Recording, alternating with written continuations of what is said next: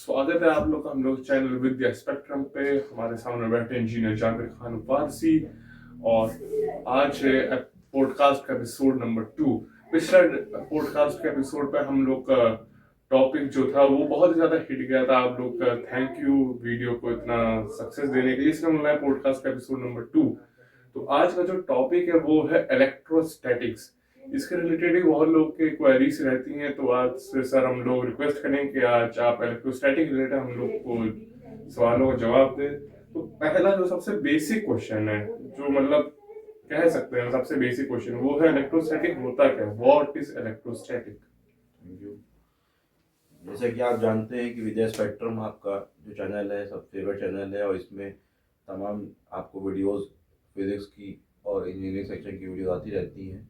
आप उसमें देखते हैं और आप उसमें कमेंट्स करते हैं तो हम उसकी वीडियोस भी लाते हैं। आपको कोर्स चाहिए होगा तो मैं कोर्स भी ले आऊँगा। इस क्रैश कोर्स अगर किसी को एग्ज़ाम से पहले चाहिए होगा तो मैं क्रैश कोर्स भी एग्ज़ाम से पहले ले आऊँगा।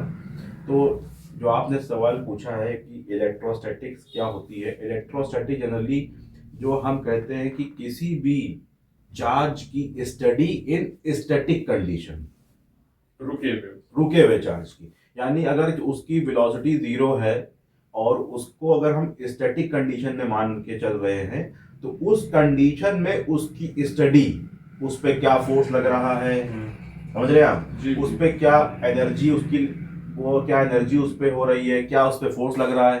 तो ये चीजें हैं दूसरे चार्ज की वजह से उस पर क्या फोर्स लग रहा है ना, इंक्रीमेंट से आई मीन टू से दूसरे चार्ज की वजह से, इस अगर हम इसको और इसको दो चार्ज मान लें तो इस चार्ज की वजह से इस पे क्या फोर्स लग रहा है स्टैटिक कंडीशन में जी।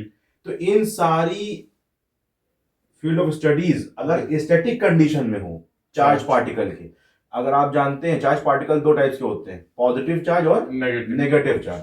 तो दोनों चार्ज पे अगर जैसे पॉजिटिव चार्ज लें तो दोनों चार्ज को अगर हम पॉजिटिव रखें तो दोनों चार्ज को पे जो पॉजिटिव उनको स्टैटिक रख के उस पे एक दूसरे के ऊपर, एक चार्ज दूसरे के ऊपर क्या फोर्स लगा रहा है जी, उस पे क्या उसकी एनर्जी हो रही जी, है ना। तो ये सारी स्टडी जो होगी इन स्टैटिक कंडीशन ऑफ चार्जेस, ये कहलाता है इलेक्ट्रोस्टैटिक्स।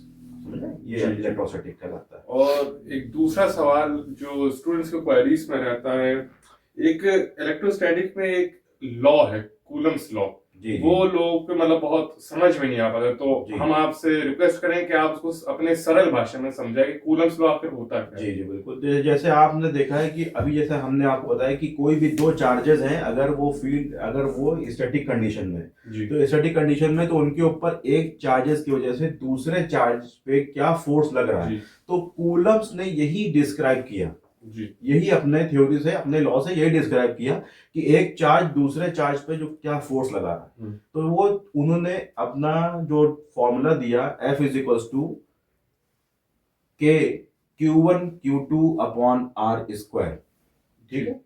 तो Q1 Q2 उन्होंने कहा दो चार्जेस ले लिए भाई जी, और R स्क्वायर क्या है, the distance between the two charges, उनका स्क्वायर, और वो उस फोर्स के इनवर्सली प्रोपोर्शनल है जी। और जो प्रोडक्ट ऑफ दैट चार्जेस है वो उस फोर्स के डायरेक्टली प्रोपोर्शनल है, ठीक है। तो ये ओके, यहाँ पे प्रोपोर्शनैलिटी कांस्टेंट है जी। तो इसकी जिसकी वैल्यू होती है 9 × 10⁹ है ना जी, 1/4 ये आप जानते हैं जी। तो ये कूलम्स ने इलेक्ट्रोस्टैटिक में ये अपना लॉ दिया कि एक चार्ज दूसरे चार्ज पर क्या फोर्स लगा रहा है, तो ये हम वहां देखते हैं स्टैटिक कंडीशन में जी, है ना, जिसको हम आगे प्रूफ करते हैं Coulomb's law in vector form. तो वो डायरेक्शन ही बताता है ना जी, कि आपने देखा कि एक चार्ज दूसरे चार्ज पे इक्वल और अपोजिट फोर्स लगा रहे हो, तो ये आपने वहां पे देखा है जी कूलम्स लॉ में, ठीक है। तो ये और जो दूसरा सवाल है कि एक सवाल इलेक्ट्रोस्टैटिक में रहता है, इलेक्ट्रिक फील्ड तो हर कोई जानता है क्या होता है, लेकिन लोगों के क्वेरीज में ये रहता है कि इलेक्ट्रिक फील्ड बनती कैसे है, ये है क्या, ये कहाँ से आ जाती है इलेक्ट्रिक फील्ड? जो हम लोग कहते हैं चार्ज के अराउंड एक फील्ड है, कहाँ से आ गई? जी बिल्कुल सही, अच्छा पूछा आपने, बहुत अच्छा क्वेरी है, बहुत जनरल क्वेरी है और बहुत ज़्यादा बच्चे इस पे कंफ्यूज रहते हैं, रट्टा मान लेते हैं, जो भी जैसे भी जो कह लें। तो रट्टा नहीं मारना है बच्चों, समझना है, फिजिक्स जो है वो समझने की है। तो अब यहाँ पे अगर हम बात करें इलेक्ट्रिक फील्ड की, जैसे अभी आपने पूछा, आप बहुत अच्छे सवाल पूछ रहे हैं, जैसे अभी आपने पूछा कूलम्स लॉ, तो कूलम्स लॉ के बाद अब इलेक्ट्रिक फील्ड समझने में आसानी होगी। तो अब क्या है, इलेक्ट्रिक फील्ड, अगर एक चार्ज यहाँ रखा हुआ है, एक चार्ज यहाँ रखा हुआ है, तो ये चार्ज अगर इसको हम मान लें Q और इसको अगर मान लें Q नॉट, तो Q नॉट पे Q की वजह से जो फोर्स लग रहा है, इसी का जो रेंज होगी, ये कहलाएगी इलेक्ट्रिक फील्ड। तो ये आई कहां से? ये इलेक्ट्रिक फील्ड का फॉर्मूला आया E is equal to F upon q naught, यानी क्यू नॉट पर लगने वाला फोर्स Q की वजह से, Q की वजह से जो लगने वाला फोर्स है Q नॉट पर, ये एक इलेक्ट्रिक फील्ड जनरेट कर रहा है, यानी इसको उसकी तरफ या तो रिपल कर रहा है या अट्रैक्ट कर रहा है। तो इस वजह से यहाँ पे ये इसको बोल दिया इलेक्ट्रिक फील्ड का फॉर्मूला यहाँ से आया, एक दायरा है, हाँ एक चार्ज का इंटेंसिटी है, तो उसको कहा E is equal to F by q naught. ठीक है, ये आप ठीक है जी। और एक और सवाल है, लोगों को इलेक्ट्रिक पोटेंशियल समझ में नहीं आता है, तो आप उसको भी जरा अपने सरल भाषा में समझे कि इलेक्ट्रिक पोटेंशियल क्या होता है। लोग पोटेंशियल एनर्जी समझ लेते हैं पोटेंशियल वर्ड देखकर, जी जी, ये आखिर इलेक्ट्रोस्टैटिक में इलेक्ट्रिक पोटेंशियल क्या है? बिल्कुल अच्छी बात, बहुत अच्छी बात है। तो इलेक्ट्रिक पोटेंशियल, जैसे इलेक्ट्रिक पोटेंशियल या पोटेंशियल की अगर बात करें, जिसको हम जनरली डिनोट करते हैं V से जी, ये क्या है, ये एनर्जी पर चार्ज है, एनर्जी पर चार्ज जी, कि अगर हम किसी चार्ज को इनफाइनाइट से कहीं किसी पॉइंट पर ला रहे हैं जी, है ना, अगर इस चार्ज को हम इसको चार्ज मान ले और इसको हम कहीं से ला रहे हैं, हमें नहीं मालूम कहां से ला रहे हैं, इनफाइनाइट से कहीं से ला रहे हैं जी, इस पॉइंट पर, ये पॉइंट पर जी, तो इसमें जो एनर्जी लगी इसको इनफाइनाइट से लाने में जी, एनर्जी पर चार्ज, तो ये बच्चों आप ध्यान रखिए, इलेक्ट्रिक पोटेंशियल क्या है, एनर्जी पर चार्ज, जिसका फॉर्मूला क्या होता है, V is equals to W by q, energy पर चार्ज, ये हमारा इलेक्ट्रिक पोटेंशियल हो गया। तो अगर हम कहीं भी इनफाइनाइट से चार्ज हम आ रहा है, कहाँ किसी पॉइंट तक आ रहा है, तो उसमें जो एनर्जी यूज हुई है, रिक्वायर उसको जो लगा है, the amount of energy required any charge from infinity to that point, तो उसको हम कहेंगे इलेक्ट्रिक पोटेंशियल। बात समझ आ रही है जी जी। तो अब हम लोगों ने देखिए आपसे इलेक्ट्रोस्टैटिक्स पूछ लिया क्या होता है, आपने बड़ी आसान भाषा में बताया जी, कूलम्स लॉ पूछ लिया, इलेक्ट्रिक फील्ड क्या होती है, इलेक्ट्रिक पोटेंशियल पूछ लिया जी, एक इलेक्ट्रोस्टैटिक में डिवाइस के बारे में पढ़ाया जाता है जो कि होता है कैपेसिटर जी, उसको बेसिक चीजें लोग ज्यादा जानते हैं कि कैपेसिटर चार्ज स्टोर करता है, अच्छी बात, उसके फॉर्मूले भी हम लोगों ने पढ़ा है। तो मतलब प्रैक्टिकल लाइफ में अगर देखें तो किसी भी वाइंडिंग में कैपेसिटर का काम क्या होता है, मतलब कैपेसिटर पढ़ा दिया बुकों में, इतना मतलब गहराई से पता नहीं कि इसका असली में काम क्या है किसी भी वाइंडिंग में जी जी। तो हम चाहेंगे कि आप हम लोगों को बताएं कि वाइंडिंग में कैपेसिटर का क्या काम रहता है। बहुत अच्छा सवाल पूछा आपने। तो जैसे कैपेसिटर को आप जैसे आप ही ने बताया कि कैपेसिटर जो है वो क्या करता है, चार्ज को स्टोर करता है। तो जब चार्ज को स्टोर करता है तो वो चार्ज को कहीं ना कहीं देने के लिए स्टोर करता है, तो ये चीज है। तो ये वाइंडिंग में उसका एप्लीकेशन क्या है, यानी कि अगर हम उसको और सिंपली डिफाइन करें कि जो कैपेसिटर हम पढ़ रहे हैं इलेक्ट्रोस्टैटिक्स में, उसका इंजीनियरिंग में क्या एप्लीकेशन है ना। तो ये अगर इसको अगर हम देखें तो यहाँ पे ये बात कहने की है कि जो मोटर वाइंडिंग होती है उसमें जो मैग्नेटिक फील्ड बनती है वो इतनी कैपेबल नहीं होती है कि रोटर को रोटेट करा सके जी, ठीक है। जब कैपेसिटर उसमें फेज शिफ्ट करता है, क्योंकि आपको मालूम है कैपेसिटर में करंट लीड करती है किससे, वोल्टेज से। इंडक्टर सर्किट में क्या होता है, उसमें वोल्टेज लीड करता है करंट से। तो जब कैपेसिटर में करंट लीड करती है तो ये इस जैसे हमने मोटर को किसी भी मोटर को हमने स्टार्ट किया, तो जब मोटर को हमने स्टार्ट किया तो वो क्या होता है, वहां पे ये फेज शिफ्ट कर देता है और सिंगल फेज सप्लाई से कभी मोटर चल नहीं सकता।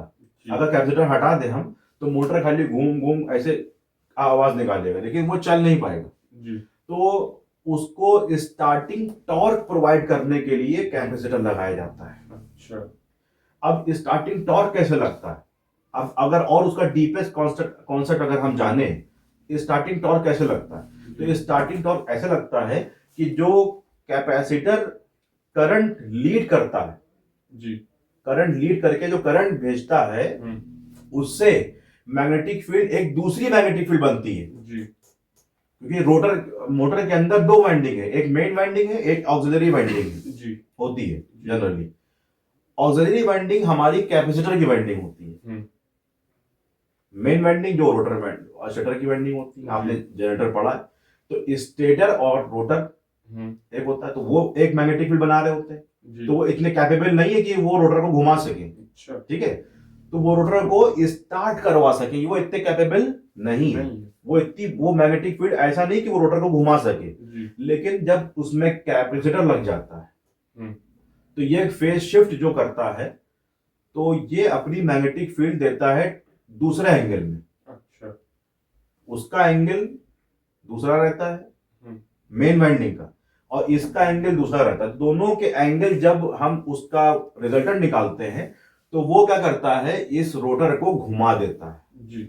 जैसे इसको अगर आपको बहुत ही आसान लैंग्वेज में एक एग्जांपल देके समझाना चाहें, तो जैसे अगर एक लड़का खड़ा हुआ है, ठीक है, ठीक, इसको हम एक तो सीधे सीधे पुश कर रहे हैं जी, और एक ऐसे पुश कर रहे हैं, ऐसे टिल्ट एंगल से। ये मेरा जो हम सीधे सीधे पुश कर रहे हैं, ये मेरी है मेन वाइंडिंग की मैग्नेटिक फील्ड। अच्छा। B1 कह ले इसको, जी, B1 कह ले। जी। और जो कैपेसिटर से जो करंट आ रही है, करंट के फ्लो होने से जो मैग्नेटिक फील्ड बन रही है, जी, जी, जी, वो हम उसको B2 कह ले। ये एक एंगल पे बन रही है। अब दोनों जब इस पे पुश होंगे तो ये क्या होगा, अगर ये क्या होगा, ये ऐसे घूमने लगेगा। जी, ऐसे घूमने लगेगा ये। अच्छा। तो ये घूमने लगेगा इस तरह से, ये इस तरह से घूमने लगेगा। अच्छा, तभी उस सर्किल में तो ये अब उस मैग्नेटिक फील्ड को हम कहेंगे, जब दोनों का कॉम्बिनेशन होगा उसको कहेंगे RMF, यानी रोटेटिंग मैग्नेटिक फील्ड।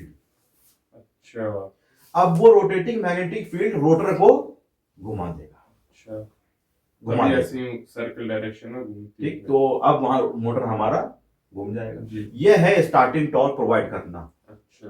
अब अगर बड़ी वाइंडिंग है, बड़े मोटर्स हैं, जैसे एसी में है और भी बहुत जगह है, तो आप देखेंगे कि क्या है, एसी हो या कोई भी आपका वाटर कूलर, तो उसमें आप देखेंगे कि दो कैपेसिटर होते हैं वहां पे।